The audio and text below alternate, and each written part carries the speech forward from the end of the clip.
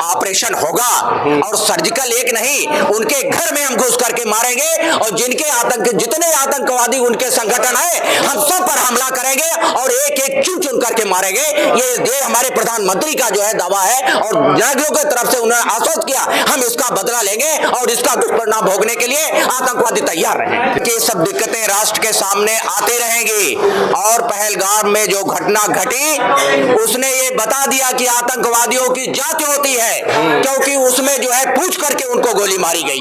जो लोग ये कहते हैं कि आतंकवादियों की कोई जात नहीं होती, अगर जात नहीं होती तो वहां पूछा ना गया कि आप हिंदू हैं। अगर मुसलमान वो कहते थे कि आप कुरान शरीफ का कलमा पढ़िए, आप उसकी आयत पढ़िए, ये जानने के बाद कि ये मुसलमान है उनको छोड़ देते थे और हिंदू पूछ करके हिंदू की हत्या की गई। आतंकवादियों की जात होती है, इसलिए उन्होंने कपड़ा उतार करके देखा, रक्षा निकाल करके भी देखा कि मतलब एक विशेष जात के लोगों को मारा। इससे ये लगता है कि वहाँ ये आतंकवादी जो थे एक विशेष जात के लोग थे। राजनीति के खेल में सब सारे मामले निपट जाएंगे, हमको तो नहीं लगता।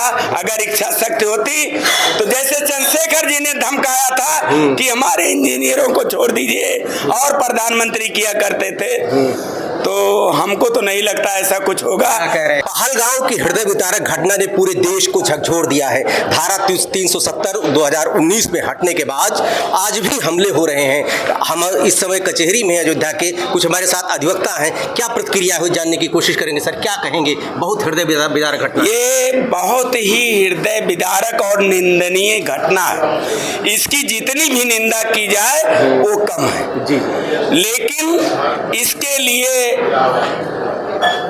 माफ करिएगा मैं पार्टी को जिम्मेदार समझता हूँ जी। मैं कांग्रेस का कर्मठ कार्य करता हूँ, सिपाही हूँ, लेकिन मैं ये समझता हूँ कि ये भारत की जो पृष्ठभूमि है जी, भारत की जो भौगोलिक स्थिति है उसके हिसाब से अगर देश की जो व्यवस्था है गंगा जमुनी की जो तहजीब कही जाती है, अगर उस हिसाब से देखा जाए तो आज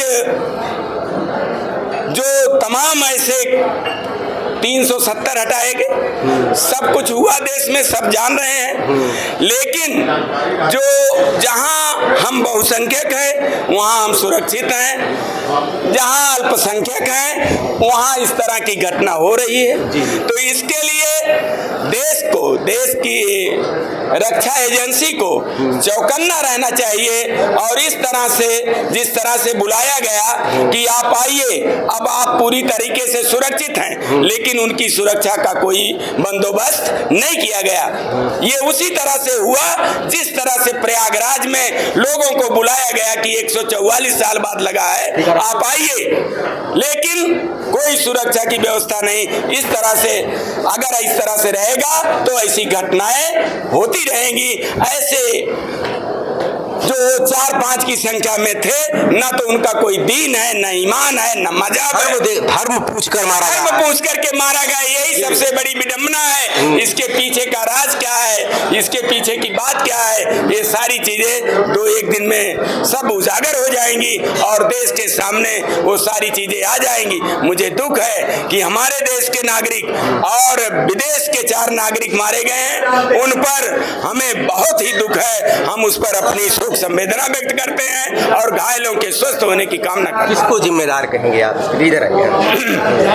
देखिए एक बात मैं आपको बता दूं, जब तक आप सत्य से आंख मूंदते रहेंगे, जब तक आप ये कहेंगे कि आतंकवादियों की कोई जात नहीं होती है, तब तक ये सब दिक्कतें राष्ट्र के सामने आती रहेंगी।